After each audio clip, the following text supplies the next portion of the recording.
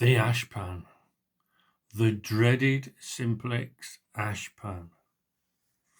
Right, I should declare now I have never seen a model loco ashpan. I've never physically got my hands on one. Now, I know that this is wrong because Martin Evans says it's wrong himself. Now, what I'm doing is, if you can see, I've converted these measurements to millimeters, because I don't work in inches and feet and all that imperial. I'm a bit more modern than that. So anyway, I know this is wrong, but it's a good starting point. And I've looked on the internet at other designs. So what I've done is I've converted this, obviously the dimensions, and then I've drawn it on AutoCAD. For the last 10 years of my career, I was a draftsman, so this is dead easy for me.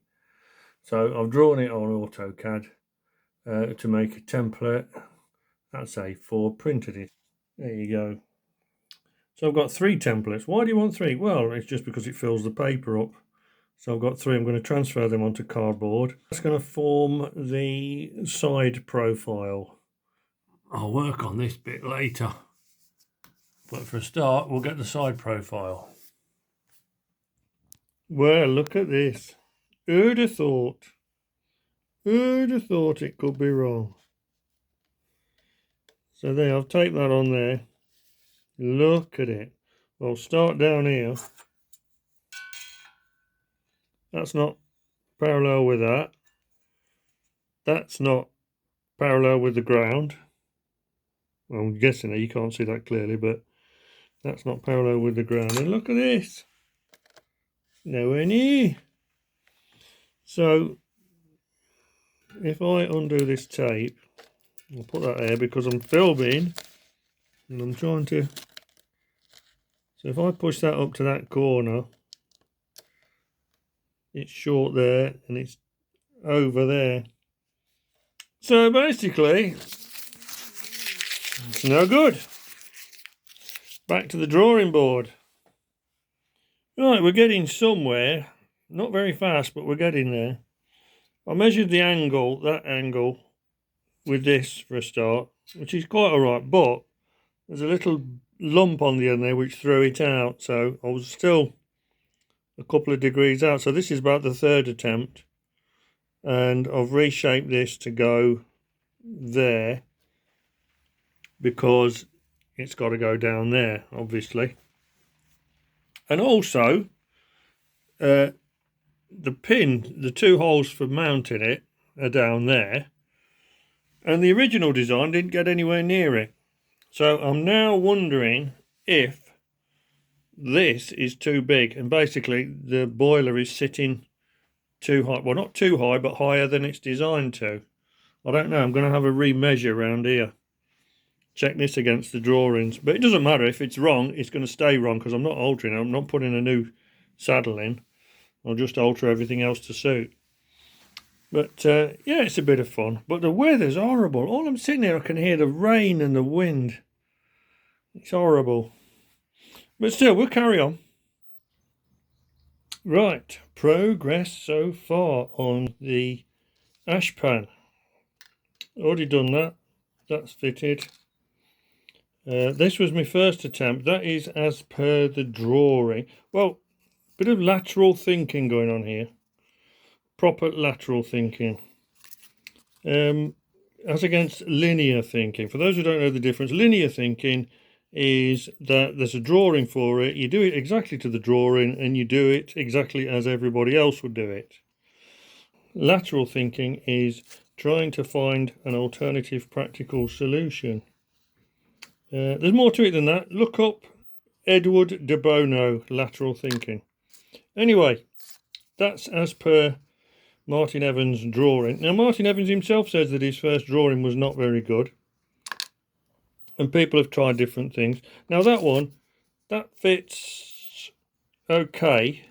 In fact, I'll show you, look. It fits there okay. But it's not that good. And then I suddenly realised the reason it's got upright, you see the uprights there, the second uprights are missing, like on here. I've got the uprights on there. Because I suddenly realised all by myself that I want it to come out to these, otherwise I'm going to get ash dropping out of there and into my bearings.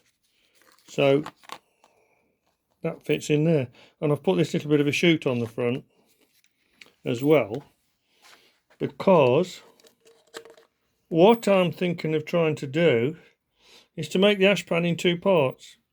You see, as I see it, this is where the lateral thinking comes in. That is level. It's a sort of level with the ground. And so if you've got an ashpan like that, will it stay there? No, it won't. But if you've got an ashpan like that, with a door in the bottom that opens, you're still not cleaning out that bit. You've got to brush it or whatever you've got to do that bit. You're not doing it through a door.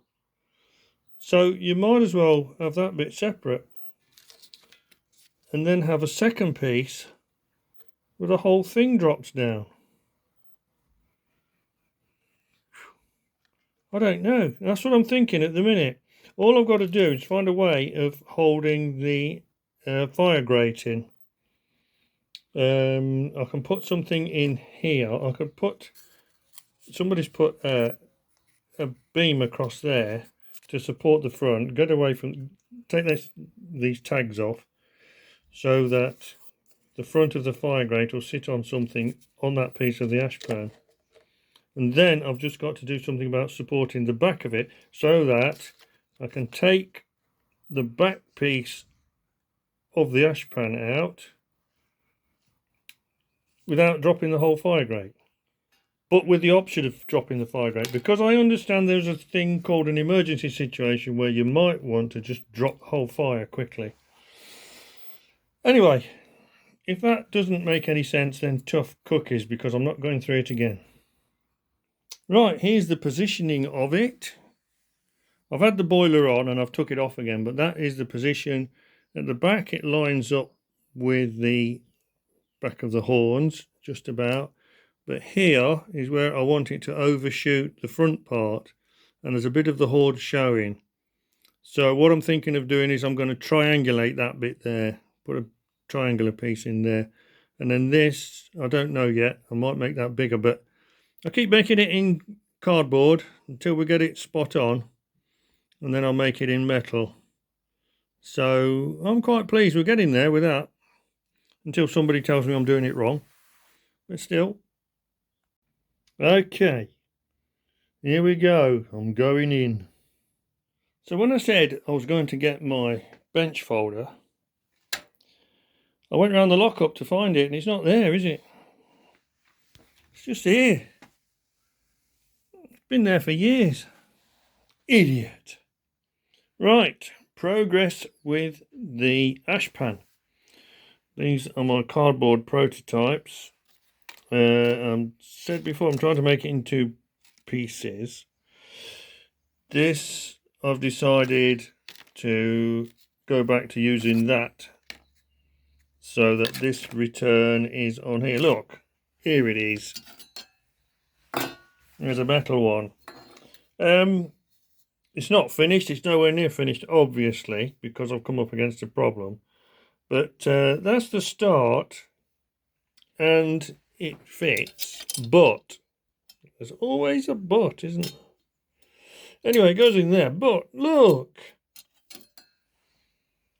I'll put a piece of paper underneath, but we've got this brake linkage in the way, and it's right under the ashpan. And what I've been doing, obviously, this is a freelance design, this Simplex, and there's been various different designs and modifications. And it seems that the wisdom is that on a loco, it's desirable to have it so that the fire can be dropped out the bottom in an emergency. And I think that as I'm at this stage of building, that's the way to go, because it seems to me that makes sense. But obviously, this makes it very, very difficult now. Now, there's no design for these brakes in the drawings. This is what somebody else has added. So I've got to try and get round it somehow. But you can see, I don't know if you can see there, my finger, there's a hole, and behind it, those are the original holes for the mounting screws for the ashpan. And you can't get to them because they're behind these levers. So that's a cock up for a start. So what I'm going to do is I'm going to see if I can work out a way of transferring these brake balance levers, because these are, I've worked this out already, these are to get even pressure on all four brake shoes on the wheels. But that mechanism there is there and it's not on the front, so I'm wondering if I can transfer that mechanism to the front one where it'll be out of the way, and then move these levers, have just direct levers to the side, so that I can get my ashpan in and out. So that's the next thing I've got to work on. So here is the braking system. And then it goes across here. This is the balance system to make sure that the pressure is applied equally on the front and the rear brakes. However, being affected by gravity, I think, because it's on its side. That's better, because it's laying down on its side. I've been down to the Abbey Park Members' Day today and consulted with a few people and had a look at their brakes and stuff. And the consensus is that brakes are for holding the engine still, not for actually stopping the whole train. That's done by the riding car. So these are a bit over elaborate, I feel. So what I think I'm going to do, I was hoping, some of the ideas I had was to transfer this balance system to the front. So have an arm coming all the way to the front to pull on there, then having another arm come back this way to push on there.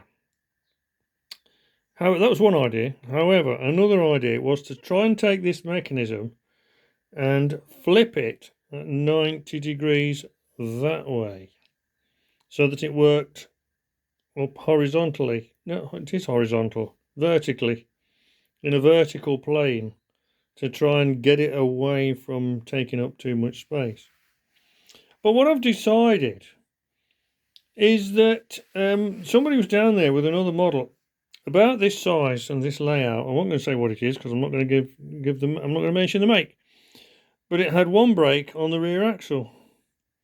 So if one brake is enough to hold it steady, I reckon what I'm going to do is I'm going to take this one off altogether. I'm just going to remove all that, remove all the bars, and then I'm going to put one bar in from there down to there and down to there, and that'll do it. We'll just have one brake on we'll just have one brake on that wheel, and then this will all be clear for the ashpan to drop out, because I think it is far more important to have an emergency drop on the ashpan than it is to have nice, efficient, pointless brakes up here. So let's get on with it. I think I've about got this brake mechanism. I've took this crossbar off and the brake from that side. The other one's still there, but I'm going to take that off. But what I've found is sometimes your planets line up, don't you? Look, I've just connected these two with these pins. So I've had to do a bit of bending and straightening with these rods, but I've managed to get it so that it runs, and all I've done is just join them together. And luckily the guy who built it made an adjuster on that one. So I've just bent this one, got this one right, and then I've done that to fit, and then just use that adjuster to take up the slack, and that's working. So I'm going to go with that for now. If it comes to it, I'll have to make a whole new rod, but I don't see why I should, because that looks like that'll do. So I can carry on with me ashpan now. So I've just made a bit of a mess of. Well, I haven't made a mess, I've just made a slight mistake. I've got my dinner cooking here, look. That's good, isn't it? Chicken au garage, that is. It's because it stinks the house out. These are brilliant these slow cookers, but they stink the house out. So we shove it out here. Lovely. Oh, I've got to turn that as well. That I can live with. I've got to pipe that somehow to come underneath there. But this is just going into there. So I'm going to make a washer to go under there so that I can have that pointing straight back. Another little job.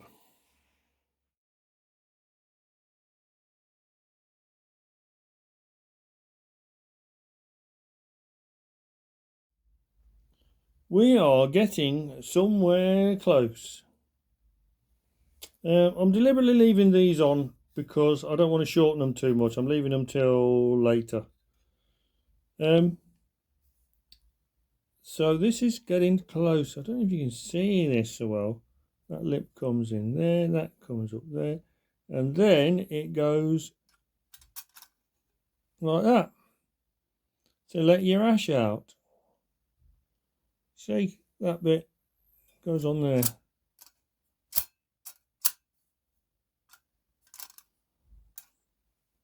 All I've got to do now is get a way of closing it. I'm going to probably make my own sort of Zeus type snap connector there. I'm thinking I did want to put another pin through, but I thought that'd be a bit cumbersome. So I'm going to work that one out. We're getting there. We're making progress. So the ashpan is now in 3 pieces, and I've still got to work out how I'm going to mount the grate on it. But yeah, I'm pleased with that. Right, ingenuity. They're good, them engines. I put the boiler in, and I put the grate in the boiler, and then I used this piece of scrap metal because it was pointed. Put it on the bottom of the grate and scribed this line, and then I marked where the bar is across the fire grate so that I can put a bar in the ashpan to support it. And the same just here. You can't see it so well, but that's staining. That's my marker blue, so that'll have to come off. So yeah, so there. Right, look at this. This is a good idea. I just bought this off of Temu. It's a ceramic soldering plate tile, and it's 5.5 inches by 8. I bought the big one. I can't remember how much it was. I'm that rich I don't count anything these days. On that side it's flat. I'm going to say smooth, but it's not smooth. It's got holes in it. Look, and on this side it's sort of undulating. I don't know if that's to sort of stop stuff rolling about, but I used it this way, and I used it to solder. This is my first version of my Zeus fastener. I think it's Zeus. Is it Zeus? Is either God? Is it Apollo or Zeus? I think it's Zeus.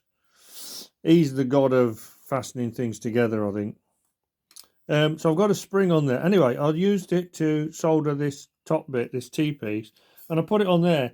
I got it red hot, even on here. Now this is wood, and this is wood, and I soldered it on there.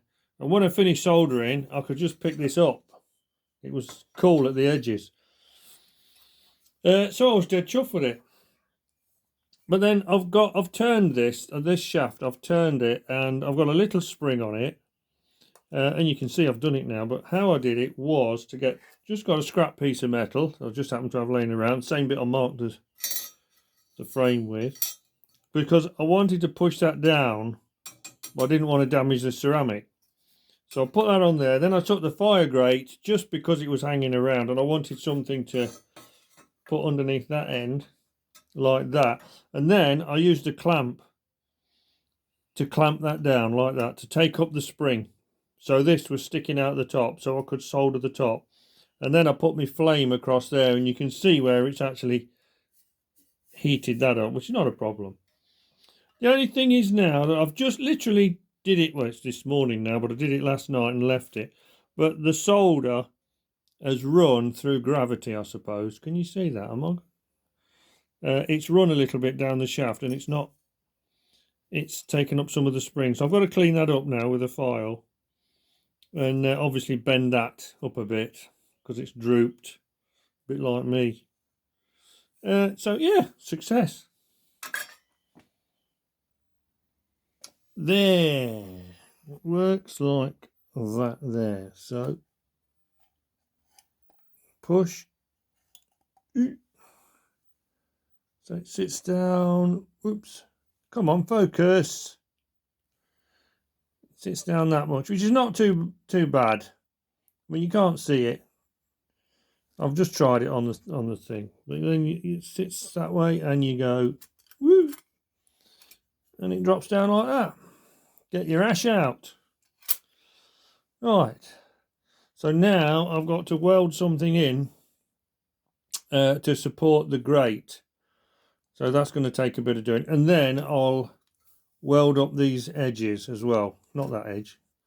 I'll weld up this edge because I've left it. I'm leaving it till the last minute, so I can do all the welding together, and then it'll get some strength in it. But obviously I'm leaving it so I can adjust it. But once I've put the bar in to support the grate, that'll give it a bit more strength. Not that it needs it, it's only an ashpan. This is almost the final version. It's just got to put some polish on it really. But I've got to hold it like this, excuse the handheld camera, because actually the boiler itself holds it all in place. But there you can see the grate. You have to imagine that the grate's in the boiler. But if I let go, it pivots backwards and the boiler will actually fall out. But that's not the idea, you see. That stays there. Oh, look, see, this is the problem. It works, it just can't demonstrate it very well. Right, that stays there. There you go. Now, this support here and this support here, they are in line with the two bars on the casted grate so that it doesn't cut down the airflow. That one's obviously the dumping tube. And so this chute keeps the muck down there. And then obviously when I want to clean it out, I can't demonstrate it. Well, I can do if I put it all back together. But I undo that Zeus pin and the whole bottom of the tray, the whole bottom of the ashpan pivots downwards for easy cleaning. And then I'm going to make a rake, a small tool, to come up here and clean this bit. See, it's gone again, look. But see, the idea is, under here, you undo this pin, and then, is it free? Yeah. And then, there. See, that comes down, and you can clean all the ash out. Well, that's the theory anyway. We'll see if it works. Okay, after being out here most of the day, I think I've done it. Let's see what happens if I pull the dump pin.